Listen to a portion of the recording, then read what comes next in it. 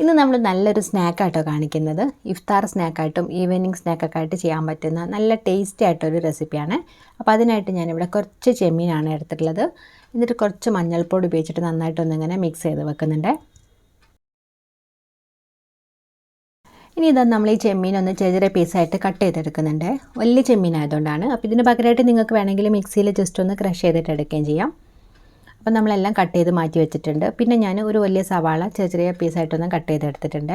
അതുപോലെ തന്നെ ഒരു ചെറിയ കഷ്ണം ഇഞ്ചി, 4-5 വെളുത്തുള്ളി, 2 പച്ചമുളക്, കുറച്ച് കറിവേപ്പില, ഇത്രയും ഒന്ന് കട്ട് ചെയ്ത് വെച്ചിട്ടുണ്ട്. ഇനി നമുക്ക് ആ ഒരു മസാല ഉണ്ടാക്കിയെടുക്കാനായിട്ട് ഒരു പാൻ ചൂടാക്കിയിട്ട് അതിലേക്ക് കുറച്ച് വെളിച്ചെണ്ണ ഒഴിക്കുക. ഈ ഇഞ്ചി, വെളുത്തുള്ളി, പച്ചമുളക്, കറിവേപ്പില ചേർത്തിട്ട് നന്നായിട്ടൊന്ന് വഴറ്റിയെടുക്കുക കേട്ടോ. അപ്പോൾ ഒന്ന് വഴന്ന് വരുന്ന സമയത്ത് നമ്മളിതിലേക്ക് സവാളയും ചേർത്ത് കൊടുക്കുന്നുണ്ട്. കൂടെ തന്നെ കുറച്ച് ഉപ്പും കൂടെ ചേർത്തിട്ട് ഒന്ന് ചെറുതായിട്ട് ആ ഒരു കളറൊന്ന് ചേഞ്ച് ആവണ വരെ വഴറ്റി കൊടുക്കുക.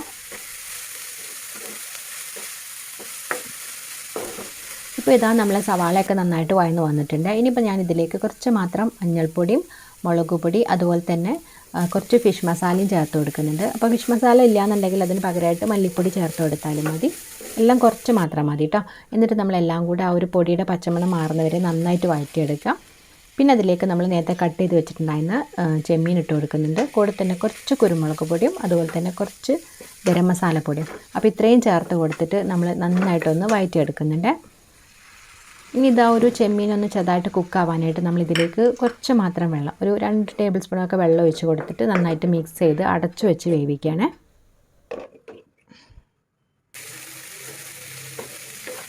ഇപ്പോൾ ഇതാ നമ്മളെ ചെമ്മീനൊക്കെ നന്നായിട്ട് കുക്കായിട്ടുണ്ട് കേട്ടോ. അപ്പോൾ ഞാൻ 1-2 തവണ ഇങ്ങനെ ഇളക്കി കൊടുത്തിട്ടുണ്ടായിരുന്നു. ഇനി ഇതിലേക്ക് ഞാൻ ഒരു ഉരുളക്കിഴങ്ങ് വേവിച്ചതാണ് കേട്ടോ ചേർത്ത് കൊടുക്കുന്നത്. അപ്പോൾ ഉപ്പിട്ട് വേവിച്ചിട്ട് നന്നായിട്ടൊന്ന് ഉടച്ചെടുത്തിട്ടുള്ളതാണ്. അപ്പോൾ അത് ഈ ഒരു മസാലയൊക്കെ ചേർത്ത് കൊടുത്തിട്ട് നന്നായിട്ടൊന്ന് മിക്സ് ചെയ്തെടുക്കാൻ കേട്ടോ. ആ ഒരു പൊട്ടാറ്റോയും അതുപോലെ തന്നെ ചെമ്മീനും എല്ലാം കൂടെ നല്ല രീതിയിലൊന്ന് മിക്സ് ചെയ്തിട്ട് റെഡിയാക്കി എടുക്കാം. അപ്പോൾ ഉപ്പ് നോക്കിയിട്ട് വേണമെന്നുണ്ടെങ്കിൽ ഉപ്പ് ചേർത്ത് കൊടുക്കാം കേട്ടോ. അപ്പോൾ ഞാൻ നോക്കിയപ്പോൾ ഉപ്പൊക്കെ കറക്റ്റായിരുന്നു. ഇനിയിപ്പോൾ ഇതിലേക്ക് നമ്മൾ ഓഫ് ചെയ്തിട്ട് കുറച്ച് മല്ലിയിലയും കൂടെ ചേർത്ത് നന്നായിട്ടൊന്ന് മിക്സ് ചെയ്തിട്ട് ഇതൊന്ന് ചെറുതായിട്ട് ചൂടാറാൻ വെക്കുകയാണ്.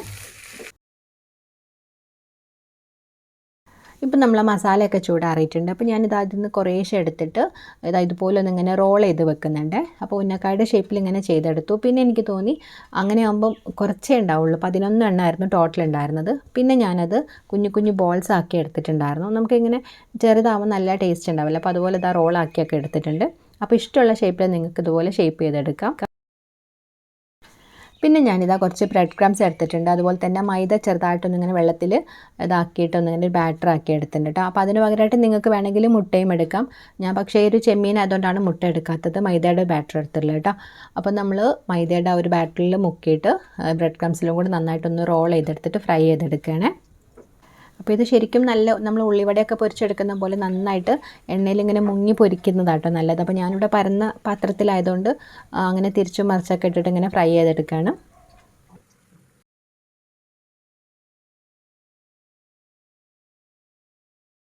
അപ്പോൾ ഇതാ നമ്മളുടെ ടേസ്റ്റി ആയിട്ടുള്ള ചെമ്മീൻ ബോൾസ് ഇവിടെ റെഡി ആയിട്ടുണ്ട് കേട്ടോ. നല്ല ടേസ്റ്റ് തന്നെയാണ്. ഒരു തവണയെങ്കിലും ഒന്ന് ട്രൈ ചെയ്ത് നോക്കുക. പുറമെ നല്ല ക്രിസ്പി ആയിട്ട് അകത്ത് ഇങ്ങനെ പൊട്ടാറ്റോ ഒക്കെ ആയിട്ട് ചെമ്മീൻ്റെ ഫ്ലേവറൊക്കെ ആകുമ്പോൾ നല്ല ടേസ്റ്റാണ്. നമ്മൾ കറി വെക്കാനൊക്കെ വാങ്ങിക്കുന്ന സമയത്ത് ഒരു 4-5 എണ്ണം മാത്രം എടുത്താൽ മതി കേട്ടോ, നമുക്കൊരു സ്നാക്കൊക്കെ ഉണ്ടാക്കിയെടുക്കാനായിട്ട്. അപ്പോൾ എല്ലാവരും ഒന്ന് ട്രൈ ചെയ്ത് നോക്കുക. ഫീഡ്ബാക്ക്സ് അറിയിക്കുക. വീഡിയോ ഇഷ്ടമാണെങ്കിൽ ചാനലൊന്ന് സപ്പോർട്ട് ചെയ്യാനും മറക്കരുത്.